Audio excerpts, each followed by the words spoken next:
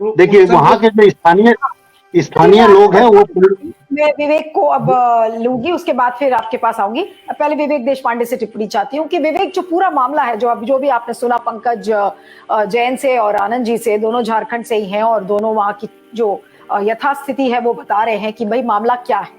अब क्या आपको क्या लगता है इन एंटायरिटी कि अगर हम सिस्टम को दोष दे रहे हैं तो जो स्टेक होल्डर है, रियल स्टेक होल्डर है, जो जैन कम्युनिटी के लोग हैं, उनसे इसमें कोई सजेशन नहीं लिया गया, उनसे इसमें कोई पूछताछ नहीं की गई है, एक्ट को बदल कर रख दिया गया है। एक सेक्रेट पहाड़ था, यानी कि एक होली माउंटेन है जहां पर जैन जिसको पूजते हैं एक तरीके से, और वहां पर उसमें इतने बड़े बड़े बदलाव कर दिए गए हैं। So is the government really in for a very big backlash against the from the Jain community now? इतने सारे समुदाय अलग अलग उसमें सरकार के खिलाफ खड़े हैं। अब सरकार के लिए एक नया समुदाय खड़ा हो गया है अचानक से, एक बड़ी चुनौती बनकर। क्या कैसे देखते हैं आप इसे? मुझे बहुत ही क्यूरियस लगता है पूरा मामला। देखिए, अगर ये 2019 में इसका निर्णय लिया गया तो मुझे पता नहीं उस समय इस तरह की कोई खबरें मीडिया में आई थी कि जैन समुदाय से इसको विरोध हो रहा है और जैन समुदाय ने कहा है कि ये इस तरह से कोई स्टेप न लिया जाए। अब 3 साल के बाद अगर ये मामला फिर से आ खड़ा है और फिर से मतलब ये डिक्लेयर हो चुका है कि इसको पर्यटन स्थल घोषित किया जाएगा, इस तरह का निर्णय अगर सरकार ने लिया है तो 3 साल तक कम्युनिटी के लीडर्स ने क्या किया है भी एक सवाल है। ये बिल्कुल लाजमी है उनका इस तरह से डिमांड करना कि भाई ये पर्यटन स्थल अगर ये घोषित होता है तो उसमें शराब और मांसाहार की बात जो है वो बिल्कुल उसमें आने वाली है और उसके बाद फिर जैन समुदाय जो है उनकी भावना को ठेस पहुंच सकती है। लेकिन इसके साथ में आप ये देखना चाहिए कि वहां पर जो आदिवासी समाज है वहां पर तो शराब और मांसाहार ये आदिवासी समाज में बहुत कॉमन है।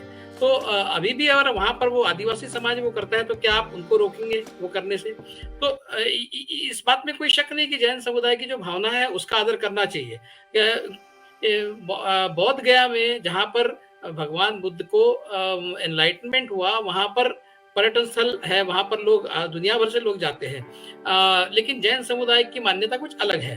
तो अगर फाइनली देखिए ऐसा है कि किसी की भी जो धार्मिक संवेदना है उसको ठेस पहुंचाने का कोई कारण नहीं है और पर्यटन स्थल अगर ये घोषित न किया जाए तो बहुत बड़ा नुकसान नहीं होने वाला है।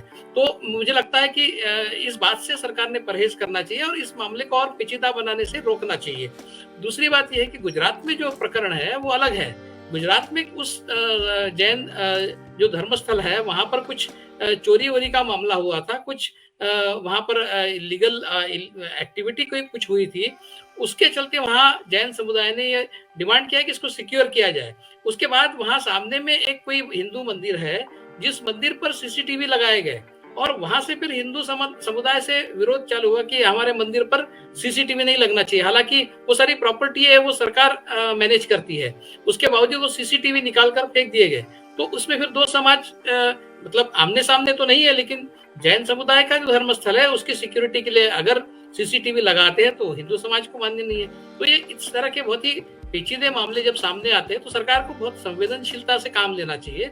और किसी एक समुदाय को ऐसा लगता है कि उसके धर्मस्थल पर इस तरह का कुछ भी किसी भी तरह का आक्रमण न हो, उसके धर्मस्थल की जो सैंक्टिटी है वो बनी रहे, तो सरकार ने the government must heed that sentiment of the community on and reverse the decision. लेकिन इसमें जैसे मैंने पहले कहा कि 3 साल तक क्या होता रहा, मतलब केंद्र सरकार भी इसमें शामिल थी, राज्य सरकार तब की जो बीजेपी की है वो भी इसमें शामिल थी। तो 3 साल तक इसके खिलाफ आवाज क्यों नहीं उठी और अभी ही क्यों उठ रही है? ये बहुत ही एक क्यूरियस इसमें मामला है और इसमें कहीं ना कहीं राजनीति जरूर है, राजनीति की बू इसमें से आती है, इसमें कोई शक नहीं है नीलू जी। लेकिन 100 बातों की एक बात यह है कि अगर जैन समुदाय नहीं चाहता तो इसको पर्यटन स्थल नहीं घोषित कर देना चाहिए।